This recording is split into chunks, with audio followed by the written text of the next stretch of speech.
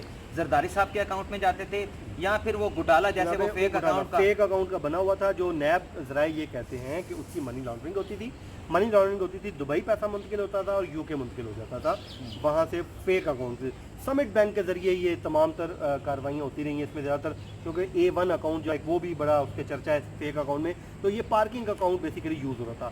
2015 میں سابق صدر آصف علی زرداری کی طرف سے ایک ریکویسٹ جاتی ہے اس وقت کے صدر ممنون حسین کو، جب وہ پریزیڈنٹ ہاؤس میں تو پریزیڈنٹل جو صدارتی سیکریٹریٹ ہے اس وقت بھی ایک ریکویسٹ گئی کہ مشتاق احمد مہر صاحب کو یہاں پہ سٹاف میں رکھا جائے، لیکن اس میں کیا ہوا وہ نیب ڈاکومنٹ خاموش ہیں۔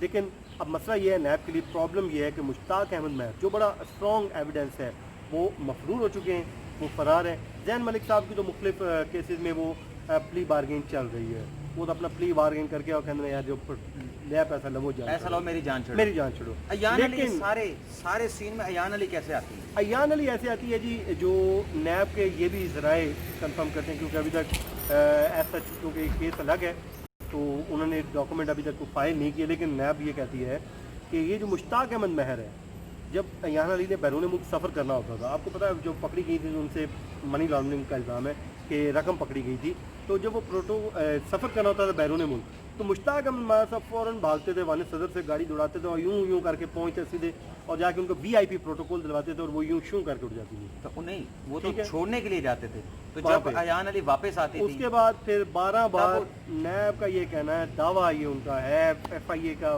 وہ ریکارڈ کہتے ہیں کہ ہمارا یہ دعویٰ ہے کہ مشتاق احمد مہر نے جس طرح 104 مرتبہ زرداری صاحب کے ساتھ سفر کیا، وہ کہتے ہیں 12 مرتبہ انہوں نے ایان علی کے ساتھ بھی یوں بیٹھ کے ساتھ بیٹھ کے سفر کیا۔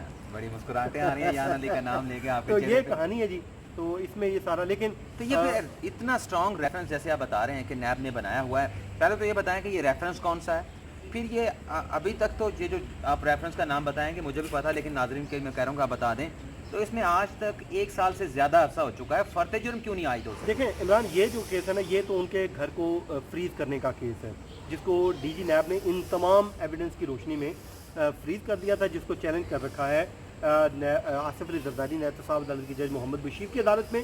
اور نیب یہ کہتی ہے کہ جب اتنا اسٹرانگ ایویڈنس ہو، جب ہمیں معلوم ہو چکا ہے ایویڈنس کی روشنی میں کہ زرداری صاحب کے ہاتھ کلین نہیں ہے، کرپٹ پریکٹسز کے وہ مرتکب پائے گئے ہیں، تو اور وہ جو گھر ہے وہ ہمیں بظاہر لگ رہا ہے کہ یہ لیگل وے سے نہیں خریدا گیا اور وہ کرپشن کے پیسے سے خریدا گیا ہے، تو اس کو فریز کرنا ہمارا حق ہے، لیکن زرداری صاحب کے وکلا کہتے ہیں کہ ہم نے اپنے پیسے سے خریدا ہے، تو یہ جو فیصلہ کیا ہے نیب نے وہ ہمارے ساتھ ظلم اور زیادتی ہے۔ پارک لین ریفرنس میں آ جائیں جی، ان پہ فرد جرم عائد کیوں نہیں ہو رہی؟ 2 ریفرنس میں ابھی تک زرداری صاحب ملزم قرار ہیں، ایک پارک لین ہے اور ایک منی لانڈرنگ کیس ہے جو کراچی سے شفٹ ہوا تھا، آپ کو یاد ہوگا ساکن نثار صاحب نے آرڈر کیا تھا، جس کے بعد وہ شفٹ ہو گیا۔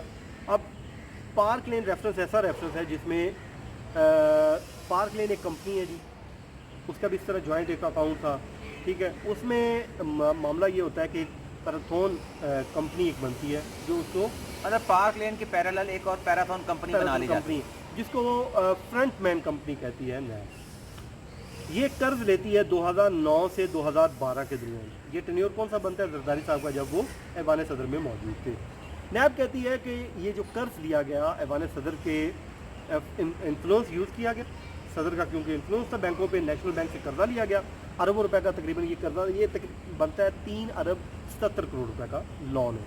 یہ پورا قرضہ لیا، اس کے بعد وہ کمپنی وہ ڈیفالٹ کر گئی اور یہ قرضہ جو ہے وہ غبن کر لیا۔ اب نیب اس کو زرداری صاحب سے لنک کیسے کرتی ہے؟ جو پارک لین کمپنی ہے وہ اس میں شیئر راسف زرداری صاحب کو 25% ان کے خاندان کے شیئر ہیں، یعنی کہ 50% کے وہ مالک ہیں۔ اب جو پیراتھون کمپنی ہے اس کا جو آفس ہے اس کا جو آفس ایڈریس ہے، جو سرکاری کاغذات میں اس کا ایڈریس ہے، وہ اس بلڈنگ کا ہے جس میں پارک لین کمپنی ہے. اس کے جتنے بھی ملازمین ہیں وہ سارے پارک لین کمپنی کے ہیں. اب انہیں آسان الفاظ میں اپنے ناظرین کو سمجھانے کے لیے کہ جو ایڈریس پارک لین کمپنی کا بتایا گیا ہے ڈاکومنٹس میں ریاستی اداروں کو، وہی ایڈریس بتایا گیا ہے پیراتھون کمپنی کا. Exactly. اور جو ملازمین پارک لین کے ہیں وہی پیراتھون کے ہیں. لیکن زرداری صاحب اور ان کے جو وکلا ہیں وہ اس کو ڈینائی کرتے ہیں. وہ کہتے ہیں پیراتھون کمپنی سے ہمارا کوئی تعلق نہیں ہے. وہ کہتے ہیں کہ جی ہمارا جب تعلق نہیں ہے تو ہمارے اوپر کیس نہیں بنتا. تو ان سے پوچھا نہیں ہے نیب والوں نے یا عدالت نے کہ آپ کا اس سے تعلق نہیں ہے پیراتھون کمپنی سے، تو آپ کے ملازم اور آپ کا جو پارک لین کا جو ایڈریس ہے، جو آفس ہے، وہ پنجابی کے اندر آمبلینڈ گیا ہوتا ہے. ہاں، وہ چارج فریم ہوا ہوگا تو تب یہ ان کو پڑھ کے سنائے جائیں گے، تو پھر زرداری صاحب اس پہ رپلائی بھی دیں گے. لیکن ابھی تک تو ان کے جو وکلا ہیں وہ بڑی انہوں نے اس دن تیز حاضر دماغی کا کام کیا. حاضر دماغی کے فرد جرم عائد نہیں ہوتی. انتظام میں بتاتا ہوں، اس دن انتظامات مکمل تھے.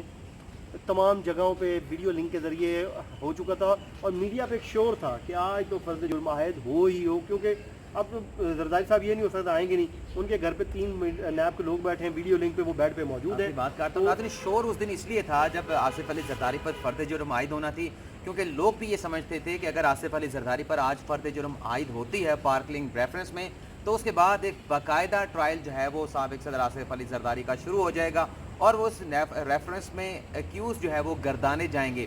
لیکن پھر کیا ہوا پھر آپ بتائیں گے. اس کے بعد جی نیب والے بھی اس نے بھرپور تیاری کے ساتھ پھر رہے تھے. یوں انہوں نے کالر کبھی اونچا کرتے تھے کبھی نیچا کرتے تھے. وہ کہتے تھے آج نبڑنا گیا یہ وہ. فاروق نائک صاحب کے پاس ہم بھی گئے، ہم نے جا کے پوچھا نائک صاحب پھر آج فرض جرم عائد ہو رہی ہے. انہوں نے آگے سے کہا ہاں دیکھتے ہیں کیا ہوتا ہے. انہوں نے ہمیں بھی یہ سرپرائز دیا. جیسے ہی سماعت شروع ہوئی انہوں نے ایک اپنے وہ خاکی لفافے میں درخواست نکالی، 265D کی درخواست تھی، جس میں انہوں نے کہا کہ آج تو چارج فریم ہو ہی نہیں سکتا، کر لو جو کرنا ہے. جج صاحب ایک دفعہ حیران، انہوں نے کہا جی آپ نے آج جو یہ کام کر رہے ہیں تو یہ آپ ایک پچھلی ہیئرنگ پہ کر لیتے، ہم نے انتظامات مکمل کر لیے، آج آپ کہہ رہے ہیں فرض جرم عائد نہیں ہو سکتی.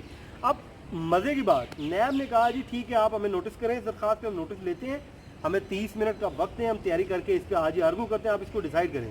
نائک صاحب نے کہا او بھائی جان میری درخواست ہے، تیاری بھی میری ہوگی. انہوں نے کہا میں ریسرچ کرنی ہے تو میں لے آیا، مجھے ٹائم دیں. خیر انہوں نے کوشش کی کہ 15-20 دن مہینے کا ٹائم مل جائے. جج صاحب نے کہا جی آپ کل آ جاؤ، کل آ جاؤ. انہوں نے کہا سر کل؟ اس نے یہ الفاظ ہے اللہ دی قسم سر میں کل نہیں آ سکتا، میں جانا ہے کتنے کورٹ میں، سپریم کورٹ میں. سر انہوں نے جب قسم اٹھائی ہم ایک دفعہ کا بگا اللہ کی قسم ہے سر میں آپ کو کال، سر اللہ کی قسم ہے میں نہیں آ سکتا. یہ ترلا ڈالا جب انہوں نے جج صاحب نے کہا چلو ٹھیک ہے 9 تاریخ میں آ جاؤ. اچھا سر 9 تاریخ؟ سر میں ریسرچ کرنی ہے. وہ ریسرچ ہوتے ہوتے اللہ کا ترلا تو اچھا کر لیتے ہیں فاروق انہوں نے 14 تاریخ لے رہی. اچھا 9 تاریخ جیسے ڈالی جج صاحب نے کہا جو ٹھیک ہے، تو نیب نے اپنی طرف سے تیز بننے کی کوشش کی. نیب پروسیکیوشن نے وہاں پہ فوراً کہا ٹھیک ہے تھینک یو 9 تاریخ ہوگی. انہوں نے کہا نہیں اگلی منگل ذکر کرو. الٹیمیٹلی سر انہوں نے 14 تک کے لیے ایڈجن کروا لیا. اب جو مجھے لگتا ہے، اچھا یہ بتائیں کہ یہ جادوگر کہا جاتا ہے نا جو افضل علی زرداری صاحب کے وکیل ہیں فاروق نائک صاحب، یہ جادوگر ہے، تو یہ کس طرح سے الجھاتے ہیں کہ کیس چلتا نہیں ہے، پرولونگ ہو جاتا ہے؟ ان کی یہ کوالٹی کیا ہے؟ سر کیا ٹیکٹس اپناتے ہیں وہ؟ سر دیکھیں یہی ٹیکس وہ قانونی طور پہ کھیلتے ہیں. انہوں نے کہا کہ ہمیں نیب پابند تھی ہر چیز دینے کی. اب دیکھیں کوئی ایک درخواست آ جاتی ہے نا تو اس کو عدالت یہ نہیں کہہ سکتی میں نہیں سنوں گا، وہ پابند ہے.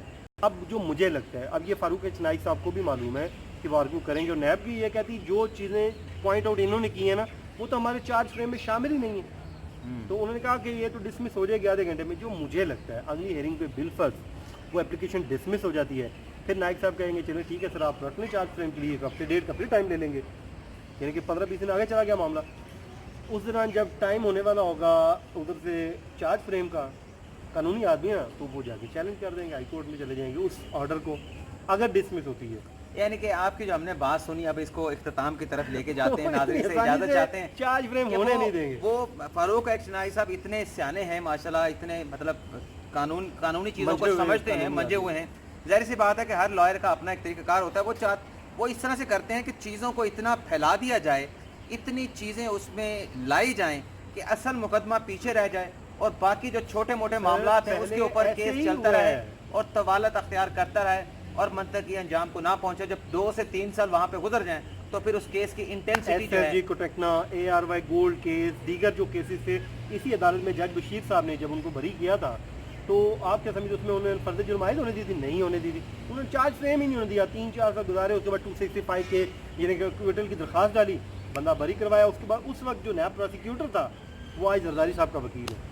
چلیں جی, جو بھی ہے اپنا فیاض صاحب, آپ نے اس مقدمے کے حوالے سے جو بھی اپڈیٹس ہیں ہمارے ساتھ, ہمارے ناظرین کے ساتھ شیئر کرتے رہنا ہے. آپ سے بھی اجازت چاہوں گا, آپ کا شکریہ بھی ادا کروں گا, اور ناظرین سے بھی اجازت. اگلی کسی ویڈیو میں کسی نئی خبر کے ساتھ آپ کی خدمت میں حاضر ہوں گے. اجازت چاہتا ہوں. اللہ حافظ.